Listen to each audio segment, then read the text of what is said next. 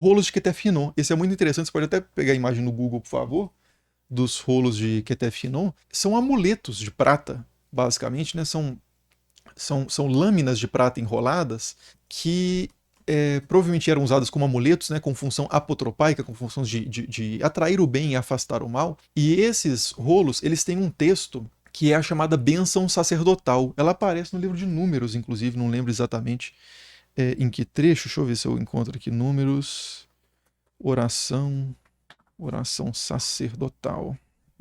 É número 6, 24 a 26.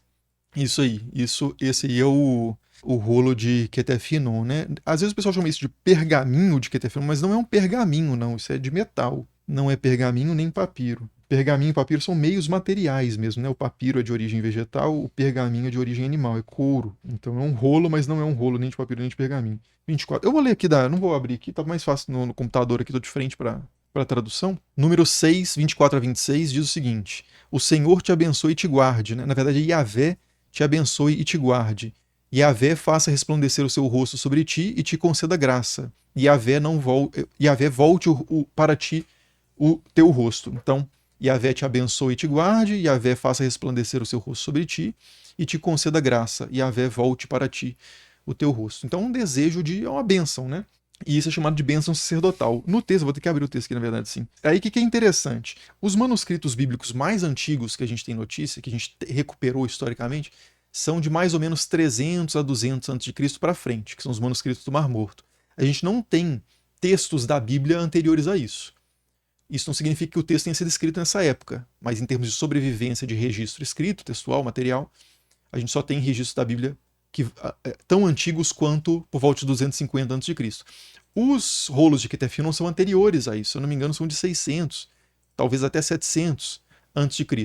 Então, a gente poderia estar diante aqui de a evidência mais antiga de um texto bíblico. E alguns interpretam dessa forma. Mas alguns interpretam de outra forma, que eu, inclusive, concordo, que é de que esse texto não é um texto bíblico. Esse é um texto que também está na Bíblia. Como assim? Quando a gente vai em Números, aqui o autor não está.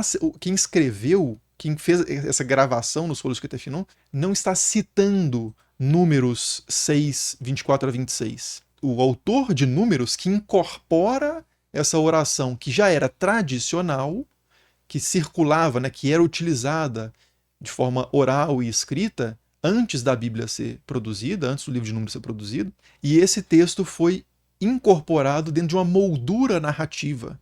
Então, quando a gente vai em Números 6, 24 a 26, o texto é o seguinte: Yahvé falou a Moisés e disse: Assim abençoarei os israelitas.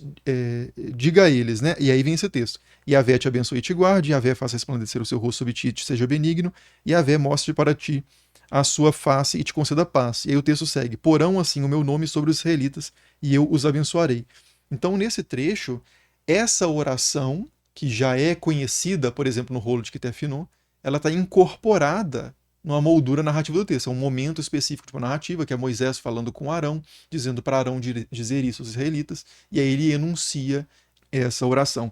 É como se, por exemplo, hoje pegassem um vídeo do Neymar cantando o hino nacional e todo o resto da história do Brasil fosse apagado documentalmente e os arqueólogos do futuro, ou os marcianos, encontrassem só esse vídeo do Neymar e uma outra coisa dispersa de documentação brasileira. E aí o Neymar está num contexto de um jogo de futebol cantando o hino nacional. E aí depois os marcianos encontram uma página de caderno antigo de educação moral e cívica com o hino nacional. E aí eles leem aquilo e falam: olha, a gente tem um registro mais antigo aqui do Neymar. Não.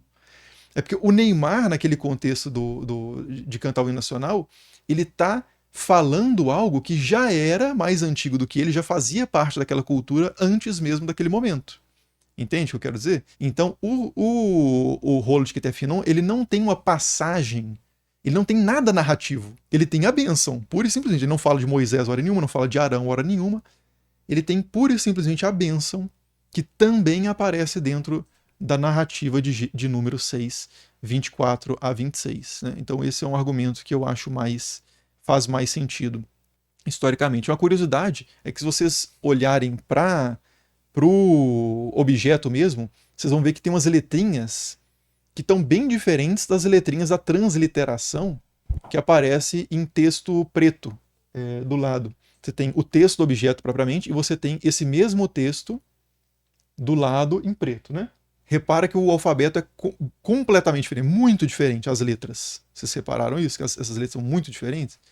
É porque o objeto está no que é chamado de paleohebraico, que é a escrita utilizada para escrever o hebraico, que é mais antiga do que essa que é chamada de alfabeto quadrático, né? Ou alfabeto quadrático, escrita quadrática, que é essa que tem realmente uns caracteres um pouco mais quadradinhos. Isso aí é resultado, só um parênteses, né? Eu falei que ia queimar uns temas rápido, mas eu vou entrando num rodapés aqui. Mas isso vem de uma apropriação da escrita do aramaico no contexto do exílio da Babilônia. Então, antes do exílio babilônico, os israelitas e judaítas usavam outra forma de escrita. É a mesma língua, só que você pode usar alfabetos, você pode usar escritas diferentes para representar uma mesma língua, né? Eu posso escrever a palavra Nintendo em caracteres lá, kanji japoneses, ou escrever isso N, usando alfabeto latino.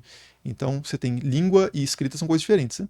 Então aqui é a mesma língua, só que em escritas diferentes, o paleo-hebraico e o hebraico pós-exílico. Fecha parênteses. Que diz muito sobre aquela questão do caldeirão cultural que eu falei, né, do encontro com os babilônicos, da relação entre mitos sumérios e as histórias ali do Gênesis. Acho que a gente consegue mais um. Você acha que consegue fazer essa passagem rápida? Porque tem poucos mais bons aqui, verdadeiros, sinto verdade na demanda, e de um tópico que ficou perdido lá pra cima, que é da hipótese documentária. Então tá, o que é hipótese documentária? Eu acho que talvez eu tenha falado isso brevemente quando eu falei sobre Moisés não ter escrito a Torá, né, que estava naquele nível lá para cima.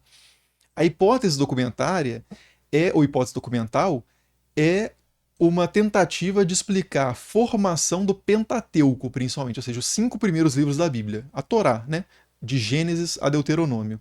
Então, como que esses livros foram formados? Se não é um autor único que sentou numa mesa e começou a escrever isso de ponta a ponta, como é que isso foi formado? Então, a hipótese documental, a forma clássica dela é a do Julius Wellhausen, que é o cara achando aqui. O Julius Wellhausen, que é um estudioso alemão, que depois o pessoal encheu tanto o saco dele pelas coisas que ele falava de Bíblia, que ele começou a falar de temas orientalistas de Arábia e tal, que despertava menos sentimentos ali dos seus conterrâneos e contemporâneos, e ele podia pesquisar em paz. Mas o Julius Wellhausen, enquanto ele pesquisava isso, ele escreveu muito sobre isso, foi muito influente nessa área, e ele propôs que a Torá era formada por 4 fontes separadas, 4 fontes escritas, que você tinha um documento, que era o documento J, Yavista, J porque a palavra Yahvé, o nome próprio de Deus, né, começa com J no alemão, que tem som de I, né? Então tem a fonte Javista, que usa muito o termo Yahvé para se referir ao Deus. Tem a fonte Eloísta, fonte E, que usa muito o termo Elohim para se referir a Deus. Tem a fonte P, sacerdotal, que é uma fonte que está presente principalmente em Levítico, e a fonte D, que é a fonte deuteronomista, que está presente principalmente no livro de Deuteronômio. Então, isso seriam as fontes JEPD. Né? Então, às vezes, a hipótese documentária também é chamada de hipótese JEPD. Essa hipótese ela teve muito sucesso academicamente por muito tempo, e ela passou por uma série de reformas, de retoques, ao longo da sua história. Isso não significa que as pessoas, em geral, na academia, tenham abandonado a hipótese documentária.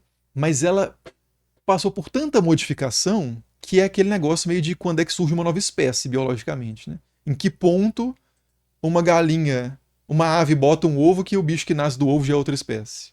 Quando que acontece o processo de especiação? Porque é uma coisa gradual. Então, hoje fala-se em hipótese suplementar, vários outros nomes, mas que são filhos, assim, né? Da hipótese documentária, porque essa ideia de 4 fontes escritas, primeiro há uma revisão disso, pensando na possibilidade de, na verdade, essas fontes não serem textuais, mas serem fontes orais ou tradições. Você tem uma tradição J, uma tradição E.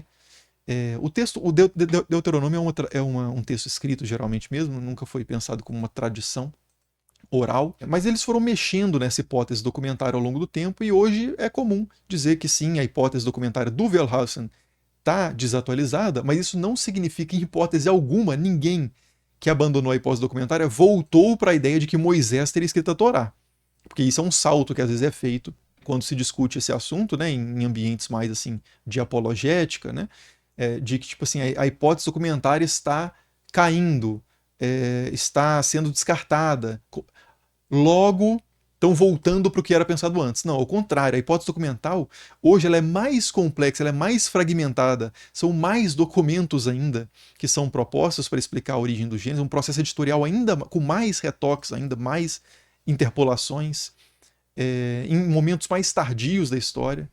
Então, o que é defendido hoje academicamente, né, não tem um consenso, na verdade, tem várias linhas, né, mas qualquer uma das linhas majoritárias de estudo da composição da Torá, hoje, são ainda mais distantes da ideia da autoria mosaica do que a hipótese do Wellhausen, né? Mas é basicamente isso, assim. Aí para entrar de onde que o Wellhausen tirou exatamente isso, a divisão do JEP e D, também é muito, muito técnico, a gente pode deixar para fazer um vídeo, coloca mais um na fila e põe na conta do Papa.